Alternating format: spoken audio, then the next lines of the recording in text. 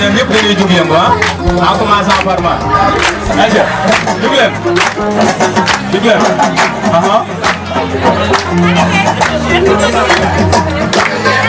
waaw waaw.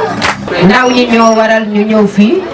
tey nag man sama message dama ko bëgg rek jaarale ci ndaw ñi rawatina xale yu jigéen ñi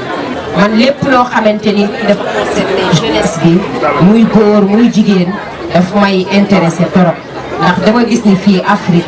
ndaw ñi dañu am dynamisme maanaam dañu am xarañ dañu am Pastef dañu am sawarte bu bëree bëri mais malheureusement dañu leen faral di seetaan du ñu leen taxawu bi nga xamante ni nii moo ci war ci suñu ay nguur te defe naa ne xale yi mooy ñi nga xamante ni nii ci la ñu war a mën a jaar pour taxaw leen ci seen njàng ñu am njàng mi nga xam ni moo gën taxaw leen seen encadrement pour que ñoom ñu mën aussi ci seen wàll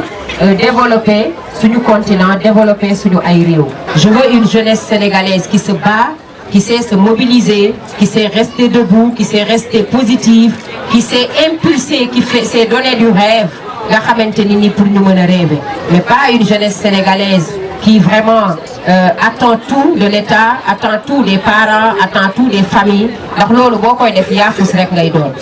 Rien que VIH sida rek war na tax xale yu jigéen ak góor ñu daje bala ñuy ànd ñu dem def test pour xool seen santé ndax xool sa santé xool sa avenir la.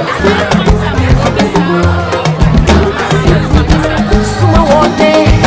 ñépp kontaan suma yegsee xol yépp ne bala maa gën a bég sax gis leen ngeen ree sama xol yi neex ba mel ni gala juddoo gëy ma di ke ñaan sa gaaw la yegsi